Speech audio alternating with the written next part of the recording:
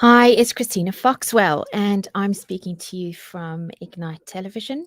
And who am I? Well, I run a practice in Sydney, Australia, where often people ask me, "What do you do?" And I will tell them, I help people be better together. And this is really wonderful because I think it's one of the hardest things we can be is to be better together. I'm working on my fifth book at the moment called The Hive, and it's related to the work we do around bringing people together. And I was wondering this morning how many of us in isolation, especially in those of us who might have caught COVID, or those of us who are trying to stay safe or healthy, or even over the last few years, have really stayed closed off. And I'm going to share a few things with you today because it's such a passion point of mine. I didn't realize the impact of loneliness and what loneliness had on my life. And I think as I've done the work, no, I know as I've done the work over the last 2 or 3 years, I can see such a profound difference in who I am and how I'm showing up for my world. But I wanted just to capture a few thoughts for you, and I have got it in the caption here that I put in today, but I want to just share this with you. And firstly, I want to start with a quote from Mother Teresa. And she said, "If we have no peace, it's because we've forgotten that we belong to each other." Oh, wow. When I work with leadership teams and we're doing the alignment work that is so critical, we actually have to teach teams how to be better together. It's not something that's naturally an instinct for us, which is it's strange. Yet I completely understand how it comes to life, because I'm sometimes more connected to the teams I lead than the team I'm in. And this isn't about that exactly today because we're talking about togetherness, yet our ability to be together allows us to have strong conversations, which aren't always easy with each other, but we can work through those conversations because we actually have got that bond of togetherness. And I'm going to read a few things for you around what togetherness is, okay?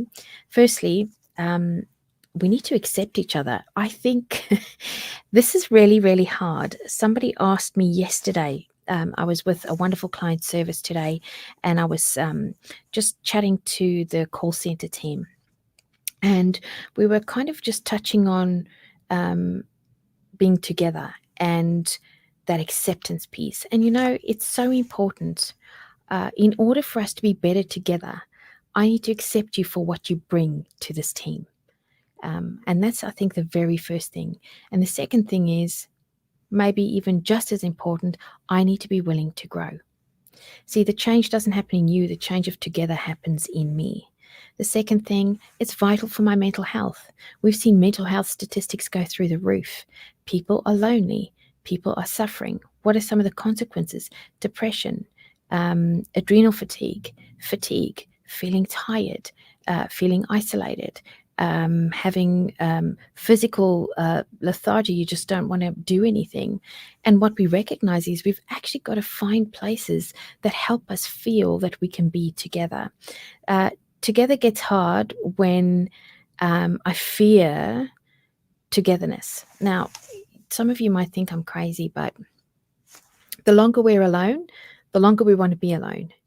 And so who can change that? I can change it. I can change it. I can change it by starting to reach out and building some social connection with those around me. Together brings about the hive. So we believe that organizations are like a hive where everybody understands their role, where we work together, where we have common goal, common cause, purpose, and we rarely get into the work that we're doing together. See, when we're together, the hive works. When we're separate, we're dysfunctional. And so many teams that we see are dysfunctional. Why? Well, I think that's human nature to be separate, yet that's not what we called for as humans, because as humans, we were actually designed to be together. I'm almost done. I think when we are together, we get that feeling of belonging. I love that thought process. They took an MRI scan of someone being hugged and feeling loved, and their brain lit up. And that's that whole feeling of I feel loved. I feel like I belong. See, belonging is a two-way thing. I need to recognize that I can have the courage to bring what I have, and I need to be allowed to be in a space to bring what I have. So those are the two things for me. And I'm going to leave this with you as a last thought. When I'm together and I allow myself to be together with others, there's a strong form of compassion. There is empathy, there's courage, there's bravery. I have to put down these boundaries, and there's lots and lots of work on who I am. I often ask the question to people, what comes first, trust or connection? And I recognize connection comes first because it's my willingness to be connected with that allows me to build trust. But I want to leave this with you today. I absolutely know that being together is critically important. And I'm only going to share one more example, two. When I got to Australia 15 years ago, I felt like a fish out of water. And it was a really lonely and hard time for me. I felt incredibly isolated. I recognize today that I had isolated myself and that there was compassion being shown to me, yet I didn't allow it in. And about 3 or 4 years ago, I was at the point where I just recognized I needed people around my life, not just through work, because that's always where I had them, but I needed people in my life. And I've worked on that, and I've allowed people in, and it's been glorious. So that's the first one. The second one is I worked with a senior leadership team, and one of the senior leaders in this team just felt like an outsider. And I sat with them in one of their coaching sessions the one day, and they said to me, it was my birthday last week. I brought in cake and I just left it in the kitchen because nobody remembered me. And gosh, I'm choking up as I think about that. They were short-circuited in their ability to bring everything they have and to connect so beautifully with the team they were part of.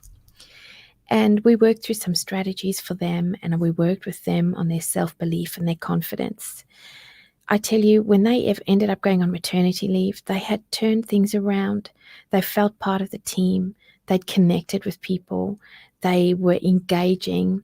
They were so happy, so joyful. And in actual fact, their performance had gone through the roof. So it was a thought process that we needed to change. So I wanted to share this with you today. I'm looking forward to being in touch in your world. If you want to catch up with me, my email or my website address is www.ignitepurpose.com.au. So I wish you all a wonderful day out there, and maybe you can remember that we are better together. Have a fabulous day. Take care.